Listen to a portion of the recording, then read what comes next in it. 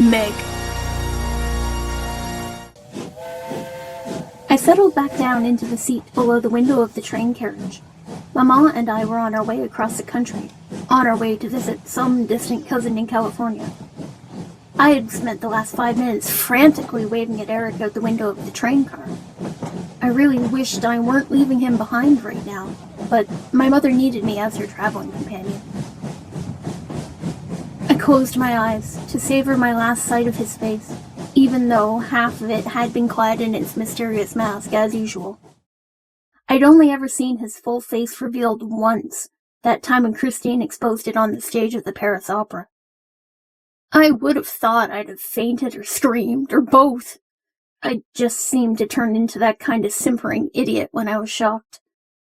But that night, I'd only looked carefully at him, less inclined to scream than I was curious about what kind of life the poor man must have led with such a cross to bear.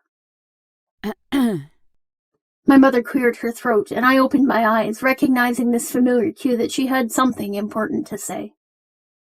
I arched an eyebrow up at her as my gaze settled onto her stern face. I have noticed that you seem to adore that man, Meg, but he will bring you only grief. Trust me when I tell you this. She clamped her mouth shut and looked away, knowing full well that this display of reticence would make me wild to find out how she knew. I took the bait. Mama, what do you mean? How do you know? Did you and he? She glared at me. Of course we did not. I have not seen anyone since your father died, as you know full well. Oh, golly, did I ever know full well. As I'd grown and discovered the joys of male company, I'd begun to wonder if a man's companionship might have made her more mellow and pleasant. But every subtle suggestion that we find her someone to fill this role had been met with a flat refusal. The memory of my father Jules still held her heart, and it seemed it would never let her go. She continued, There are a couple of good reasons that I know that he is no good for you. Firstly, he lies. Back at the opera, he first got me to believe in his ghostly existence by convincing me that he would make you wed high in society and rise to be empress. I still can't believe sometimes that I fell for that. I wanted it for you so badly that I closed my eyes to a lot of the things he was doing in those days. I reached automatically for her hand to offer her reassurance, but my blood was running cold as I did so. I was remembering a flirtation I had had with a certain titled gentleman who constantly visited me in the salon de danse. While marrying him, as he'd repeatedly requested of me, wouldn't have gotten me as far up as empress. It would have placed me a great deal higher than I was. But after a month of agonized thought, I decided I simply couldn't bear his tiny, incurious mind, nor his pudgy body, not for all the money in France. It had probably been a stupid decision, but now I wondered if the opera ghost had somehow seen it in my future and based his grand prediction off that. I refocused my attention on her. Secondly, she said, he is in love with Christine. It makes no difference that she's gone and wed the de Chagny boy. He loves her still, and anyone he ever weds will have to contend with that desire in him until the day they die. I don't want that for you, Meg.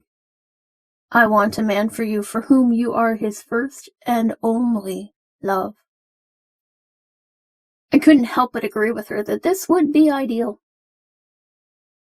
I passed the rest of the journey out to California lost in a maze of planning and scheming inside my head, planning ways I could get Erik to switch his love to me from Christine. After all, it wasn't as if he'd ever see her again.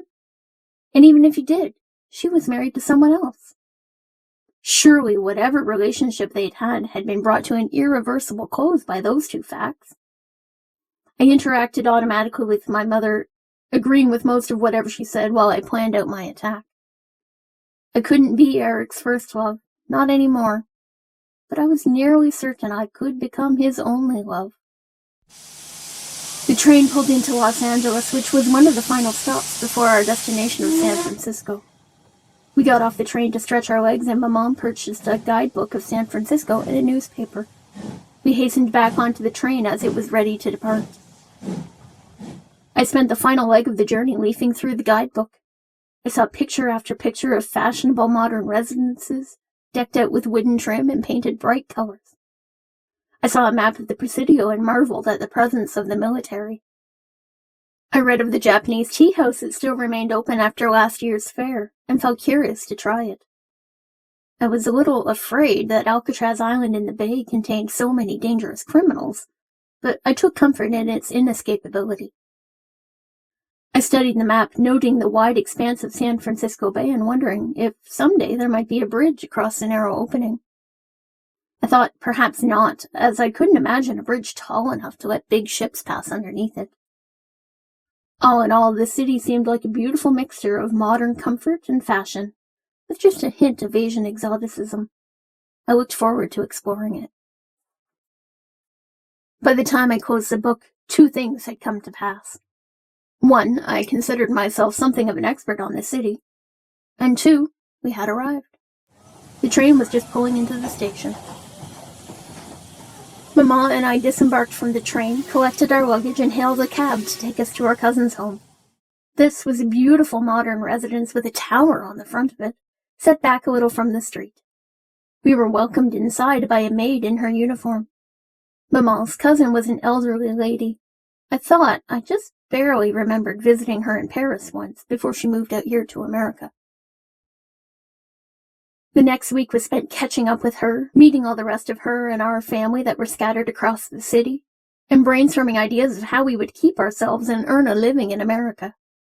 Personally, I was on fire to get back to New York, and perhaps get a job at the same carnival that Erik had.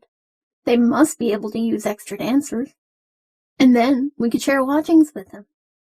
My mind continued to spin, producing a fairy tale of Erik coming to know me better due to our close proximity, and slowly realizing that he had loved me, not Christine, all along. With great reluctance, I shook my head, breaking my chain of ideas. I knew that it was too much to hope for. One day, Maman told me, "Get your slippers and a dancing frock out of your trunk. We are going to practice your ballet." I complied, and she put me through such a regimen of stretches, positions, and pirouettes that I was quite exhausted by the time she let me stop. We took over the conservatory at the back of the house, using the entire space to construct a new ballet routine. Maman made me practice the steps until I could dance them in my sleep. Once I was back in dancing shape, Maman informed me that we were going to one of the theaters downtown, where auditions were being held for a ballet corps. I was excited to show off my skills, and show them how good a trainer Maman was, but a warning bell sounded in the back of my mind that if I was accepted into this group, it would keep me away from Erik, more or less permanently. I didn't doubt that that was what Maman had in mind. I danced my routine acceptably, but I did not put in the effort to dance it as perfectly as I knew I could. I saw Maman narrow her eyes at me as I walked off stage, but I maintained an innocent expression on my face. Even if she thought she knew that I'd fudged the audition, I still didn't have to admit it to her. To my surprise, I was accepted into the corps, and Maman was hired on as one of the coaches. It seemed the level of perfection we had aspired to in Paris was simply out of reach here in America, and my adequate audition was enough to secure my acceptance. I was not sure if I was dismayed by this turn of events or not. It would be good to get a place of our own away from Maman's cousin, and even better to have some spending money. But balanced against being kept away from Erik, I wasn't sure it was enough. A year went by. Maman and I settled into our new place. I had my own little room that I decorated all in pink, like the one I'd had in Paris. But I knew from the sound of Maman's snoring coming through the wall that I didn't dare use the space to indulge in any of what I called my Erik fantasies. I knew that she would be angry with me if I ever revealed how deeply I still longed for him. The ballet corps flourished under the care of Maman and the other trainers. I did have to hand it to her. She knew exactly how to correct a flagging dancer and get them back in line with everyone else. She also found me some extra work to do, training the daughters of the San Francisco elite who craved a cultural education for their offspring. I adored the chubby little creatures who trooped into the studio arrayed in pink, who were so eager to show off a recently mastered movement. I wondered if any of them might look like the children Erik and I will have one day. Mama and I were surprised at home on one of our Mondays off by a visitor. Emil was the brother of one of the girls I danced with, Susanna. Susanna and I had a passing acquaintance, and she had mentioned how her handsome brother was still a bachelor. It seemed the bachelor had come seeking me out. He spoke calmly with Mama, asking for the opportunity to pay suit to me. She, charmed by his gentlemanly manners, wholeheartedly agreed. I think she'd have agreed to me seeing Beelzebub himself if it took my mind off Erik. But sadly, Emil could not manage it. He made stilted conversation with me on a promenade to the park, and when I encouraged him to be a little more relaxed around me, he took that too far and leaned in for a kiss, placing his hand on my knee. I hastily scrambled to my feet and asked him to take me home. The expectation that dancers are promiscuous seemed to have followed me from Paris to America. I've seen so many dancing comrades fall under its spell, giving in to a male admirer's advances simply because it is expected that they will. Sometimes they get away with it, but other times there is a very tangible proof of their indiscretion in a few short months. I took pride in the fact that I had never allowed this to happen to me.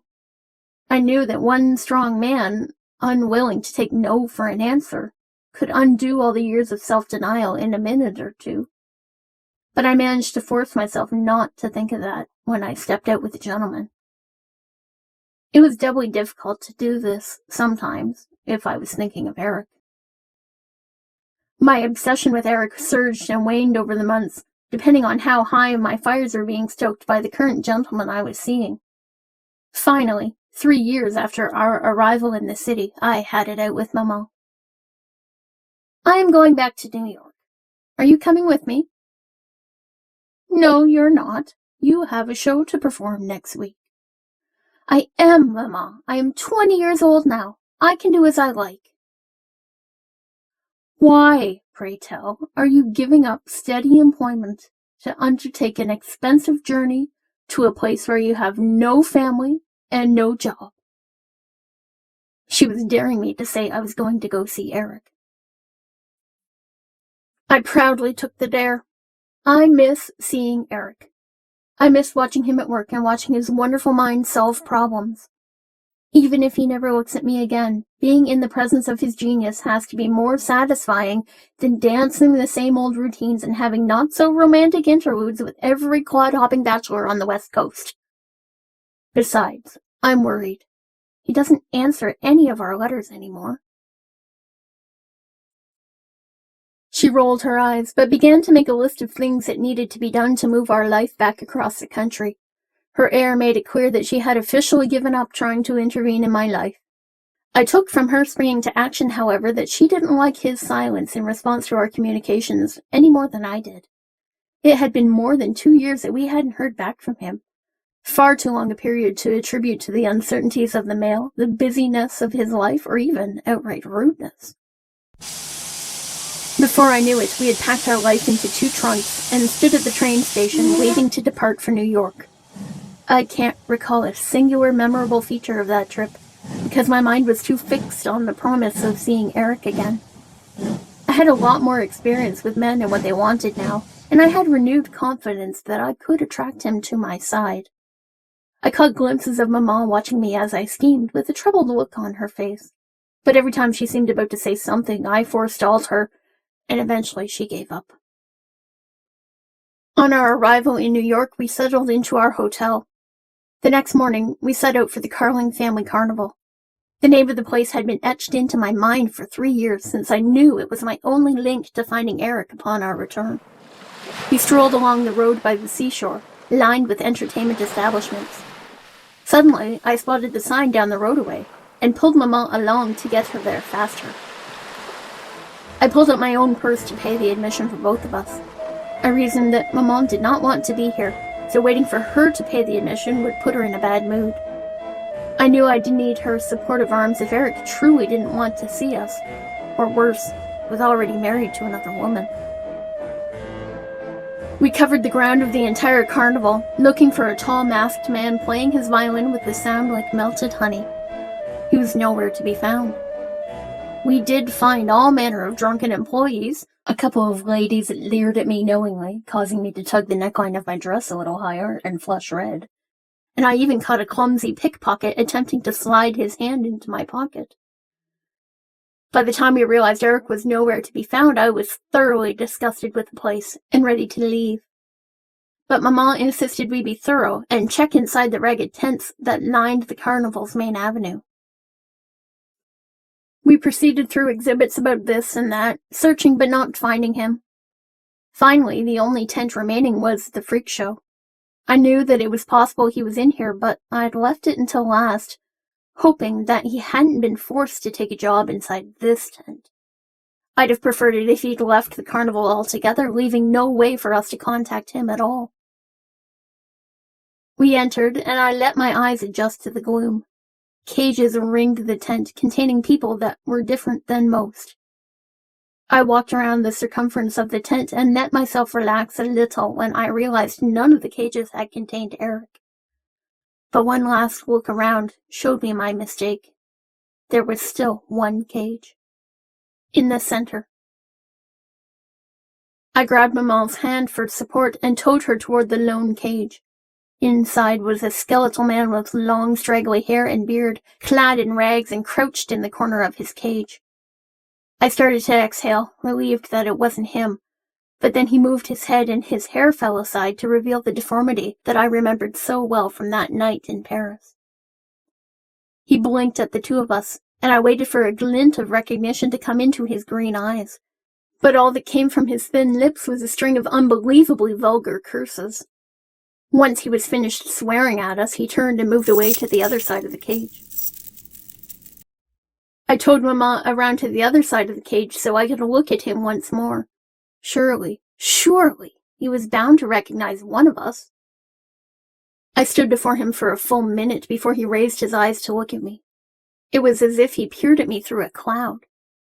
Any intelligence there had been in his gaze was now obscured behind a veil of pain and misery. Could he even be redeemed now? The thought that he was lost to me forever made me burst into tears. Maman patted my arm, but then tried to see if she could fix the situation. She began calling his name, demanding that he look at us. It was as if he did not even know his own name anymore, for he did not respond to it. I saw a tear form in her own eye as she led me away from the disaster. I turned to watch him as we left. He had curled up in the dirty straw on the floor of his cage, apparently unaffected by our visit. That night, I dreamed of watching my loving touch reawaken his mind. I awoke with such determination to see him freed that I could not contain myself, and I accosted Maman at the breakfast table to see what her ideas for freeing him might be. I didn't even care that my passionate inquiry betrayed the depth of my feelings for him. Nothing mattered but seeing him freed. We returned to the carnival that day, seeking an interview with the manager. He greeted us obsequiously, but then his attitude turned ugly when we told him we wanted to know how he had acquired the centerpiece of his freak show. He told us in no uncertain terms to mind our own business, and showed us to the door of his office with a politeness so exaggerated it was insulting. As he held the door open for us, something on his hand caught my attention. I confirmed with Maman as we left. She had seen the same thing. The manager had been wearing Erik's onyx ring. We summoned reinforcements and returned like avenging angels to rescue our friend. When we finally stood in front of Erik's cage again and the manager unlocked the door, Erik looked at us assembled there with bewilderment. He didn't rush out the open door, but instead sat inside, awaiting further developments. Maman entered the cage and took his hand, leading him out. He looked like a lost lamb as we led him back to our hastily rented home, but I tried not to let him see me cry. Maman refused to let me help her get him into a bath and clip away the straggly hair that obscured his head. She closed the bathroom door firmly in my face. I sat in the living room staring at the door, picturing the scene behind it until it finally opened. Maman led Erik out, finally, with a large towel wrapped around him. He was clean and trimmed and looked like the genius I remembered from 3 years ago. But he still had that terrible vacancy in his stare. After about 3 weeks, I had started to lose my patience. Erik had remained closeted in my bedroom for the entire time, leaving me to bunk with my mother. I didn't dare go to him and try shaking him out of his stupor, so I consulted with Maman to figure out how we should help him next. We decided to try to get him out of the house for brief walks and see if that improved his spirits. It had brief elevating effects on him, but he would return to his miserable silence when we returned home. I caught him poking his head outside his door one morning as I swept the kitchen. He looked at me for a moment and I stopped to look back at him. There was finally some recognition in his gaze and my heart leaped to see it. But he lost interest in me and retreated inside the bedroom. I returned to my chores, picking up the song I had been humming before I was interrupted. I could see through the door that Erik picked his head up off the pillow when he heard me making music. That was when it clicked for me. Music. Music would bring Erik back to what he had been before. I shared my idea with Maman and she agreed with me. After we got him settled into his own flat, we went together to find a violin in one of the junk shops that lined the city streets. We made sure it had all the accessories he would need, and we returned to his place. He gave Maman a long hug when we gave it to him, and he appeared truly moved by the gift. I hoped he'd turn to me for a hug next, but he did not. The violin seemed to bring back his intelligence, but not his drive to play or compose. He played the violin only sporadically, and seemed to always want to put it down rather than persevere to perfect a tricky passage. I wondered if there was something else I could restore to him that would push him to return to what he had been. I still thought my touch might do it for him, but Maman was watching both of us so strictly that I knew I could not get away with it. I was daydreaming one day of Erik placing a ring on my finger, when my second great inspiration came. I had seen his onyx ring on the fair manager's hand, where it distinctly did not belong. Surely if I retrieved that for Erik, it would go a long way to bring him back to me.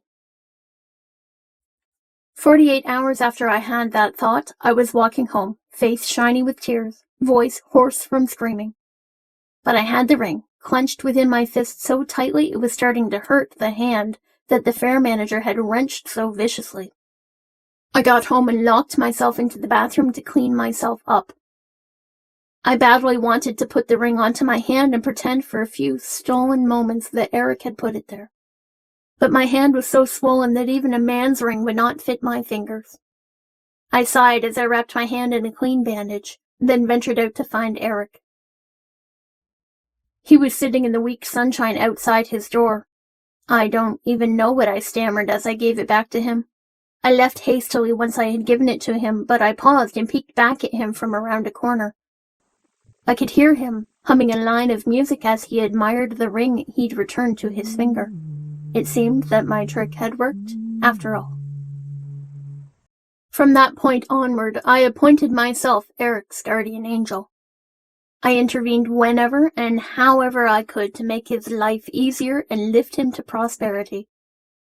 I kept a mental log of every action I took for him, even though at the very same time I told myself I would never expect him to pay me back for any of it. Most often this took the form of making payment for some favor to Erik. The first few times were horrible. I only got through them by imagining it was Erik who took what he wanted from me. Things were going, well, not well, but acceptably. Erik had married, but then lost his wife, and I kept doing whatever I could to make his life easier as he ran his new carnival enterprise.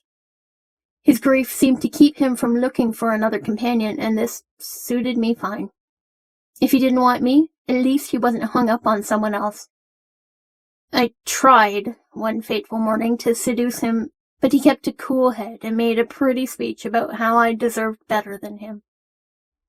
I noticed him looking at the portraits of his wife and Christine as he said this, and I could not resist the ugly impulse to tip the pictures crooked on the wall as I flounced out. Then Christine showed up at our carnival. From the moment I spotted her lost in the rehearsal hall, I knew my chance to secure Erik's heart was coming down to the wire. Christine could have him back with a mere flick of her finger, even though she'd brought her husband with her. I threw myself into practicing Erik's new song, determined to outshine even the operatic diva in Erik's eyes. I really thought I'd done it. I floated off the stage after my number. I'd never given such a perfect performance. Never. As I got back to my dressing room, a small pile of flowers had already piled up at the door. I brought them inside and was arranging them into vases when Maman swept in. I informed her that I'd just secured our future. Now, not only were we heirs to Erik's fortune, he'd informed us of this after the death of his wife, but he'd probably marry me and we'd benefit from his genius from now until he passed away. I'd be happy, Maman would be rich, and Erik would be happy too. It was perfect. Maman coldly informed me that Erik hadn't even seen me sing. He'd been holed up in Christine's dressing room, discussing their son. I didn't understand the words she said at first, but then it sank in.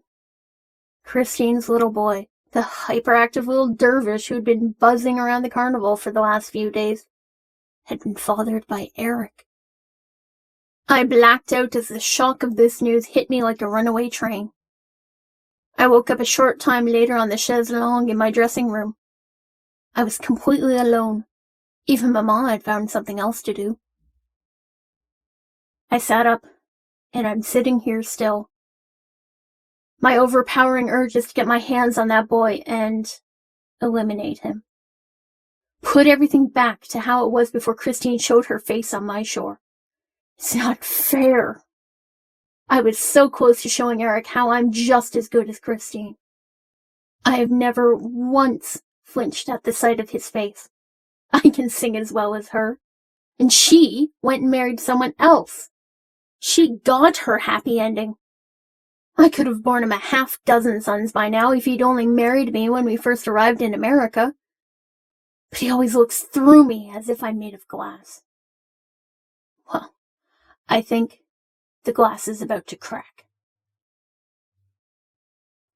I'm sorry for the grief I know I will cause Christine. And maybe Raoul, though I don't think he cares much for the child. I don't think Erik will be too grieved once he understands the replacements I will give him for what I've taken away. Even the boy won't suffer too much. I'll throw him off the dock into the sea. I'm told it's a quick death. I rise and leave my dressing room, wiping the evidence of tears off my face as I do so. I cast about in the shadows of the backstage area.